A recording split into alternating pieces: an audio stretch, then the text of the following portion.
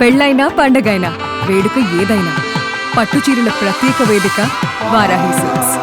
గుజరాత్లోని అహ్మదాబాద్ ఎయిర్పోర్ట్ నుంచి లండన్ బయలుదేరిన ఎయిర్ ఇండియా విమానం టేకాఫ్ తీసుకున్న కొన్ని క్షణాల్లోనే బీజే మెడికల్ కాలేజీ హాస్టల్ భవనంపై భారీ శబ్దం చేస్తూ కూలిపోయింది. ఈ ఘోర ప్రమాదంలో 241 మంది సజీవ దహనం కాగా ఒకే ఒక్కడు బతికి బయటపడ్డాడు. బీజే కాలేజీలో ఉన్న మెడికల్ విద్యార్థులు, స్థానికులు 35 మంది వరకు చనిపోయినట్టు వార్తలు వస్తున్నాయి. ఈ ప్రమాదంలో చనిపోయిన వారికి సంబంధించిన ఒక్కో కన్నీటి గాథ సోషల్ మీడియాలో వైరల్ అవుతోంది.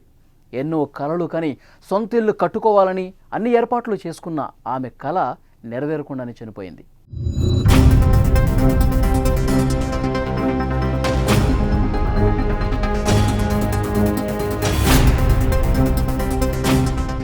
ఎన్నో కలలు, మరెన్నో ఆశలతో కూడిన ప్రయాణం. అందరి గమ్యస్థానం ఒకటే. కన్ను మూసి తెరిచేలోపు మంటల్లో అన్నీ కూడా మసైపోయాయి. అహ్మదాబాద్లో జరిగిన విమాన ప్రమాదంలో చనిపోయిన ఒక్కొక్కళ్ళి కన్నీటి గాథ సోషల్ మీడియాలో హృదయాలను కదిలించి వేస్తున్నాయి. సొంత ఇంట్లో స్థిరపడాలనే కేరళ నర్సు కళ అహ్మదాబాద్ ప్రమాదంలో విషాదకరంగా ముగిసింది.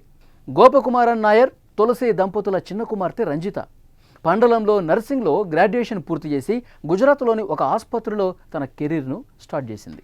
తర్వాత ఆమె ఒమన్లో పనిచేసి గత సంవత్సరం యూకేకి వెళ్ళింది.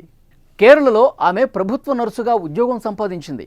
అయితే విదేశాల్లో డబ్బు సంపాదించి సొంత గ్రామంలో మంచి ఇల్లు కట్టుకోవాలన్నదే ఆమె లక్ష్యం. ఈ క్రమంలో ఇటీవలే సెలవులకు సంబంధించిన పేపర్ల కోసం కేరళ వచ్చిన ఆమె మళ్ళీ లండన్కు బయలుదేరి వెళ్ళింది.